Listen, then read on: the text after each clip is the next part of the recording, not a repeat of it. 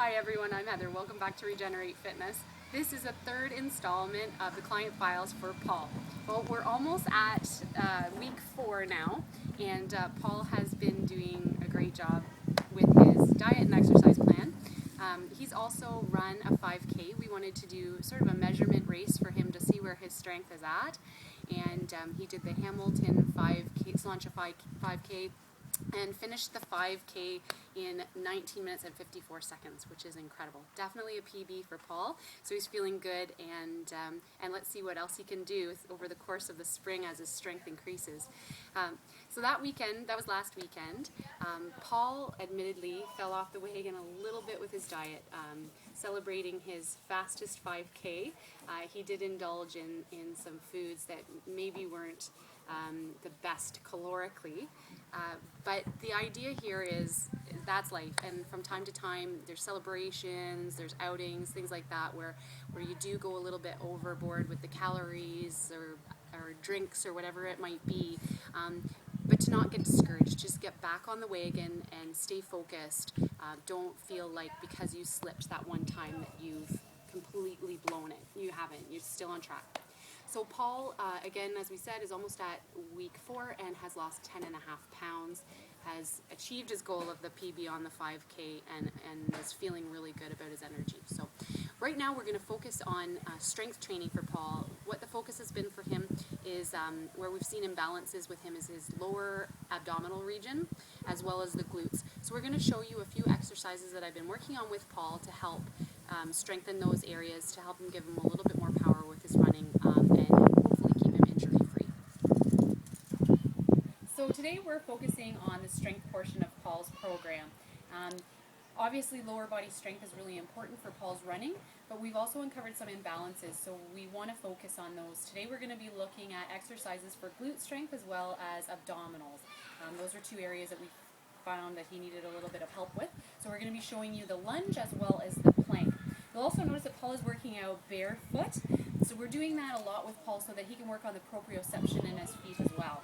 Okay, so the first is the lunge. Now there are lots of different ways to do the lunge. Because we want to activate glute action in this lunge, the form is going to be really important. So I like a reverse lunge for this because it means that he's not tempted to lunge too far forward with the front knee.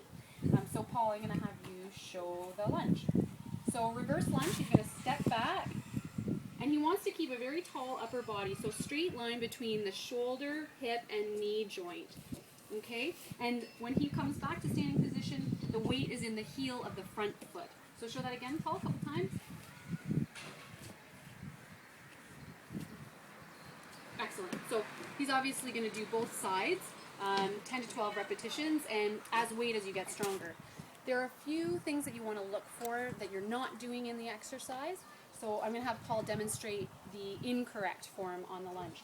First one is the front knee being too far forward. So show that one for me, Paul. So you see automatically he lifts his heel. His knee is in a position where he could blow out his knee, so he definitely doesn't want to do that. Come out of it, Paul. It's too much to hold it. And he also is forcing that forward weight onto the forefoot, so he becomes quad dominant. So we can't activate the glutes, the quads become dominant in that exercise, and we're not getting the work that we need for him. Something else is actually a collapse at the hip.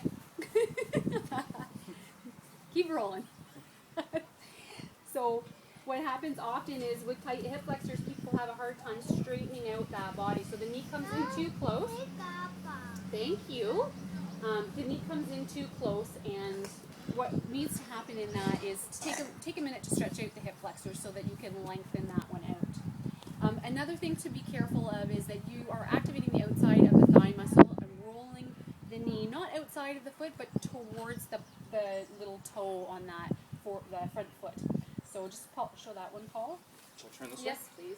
Okay, So if he were to step back into the lunge without doing that, sometimes what happens when the glutes are not firing is you're not holding the knee straight and it collapses in. So really think about working the outside of the leg and the glute as well to keep the knee strong and over the baby toe. Okay? So that's the lunge. The next exercise we're going to work on is the plank. So this is an isometric hold, and the reason I choose this as a good exercise for Paul is it works the core without allowing the hip flexors to become active. So if you saw the flexibility portion that we did with Paul, he does have really tight hip flexors, which tend to become overactive, which is not uncommon. So if we shut that motion out, it doesn't allow him to use the hip flexors to help out, and only the abdominals can work. So first thing to do is to get down on your belly, Paul, with the elbows right under the shoulders. Then you're going to push down with your toes and activate the front of the leg, so the quads actually turn on.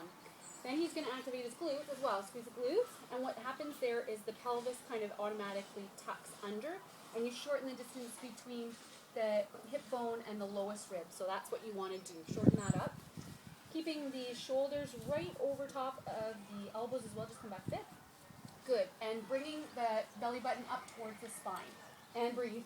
You'll see Paul also has his hands separated and the palms flat down as well. So that makes it definitely more difficult.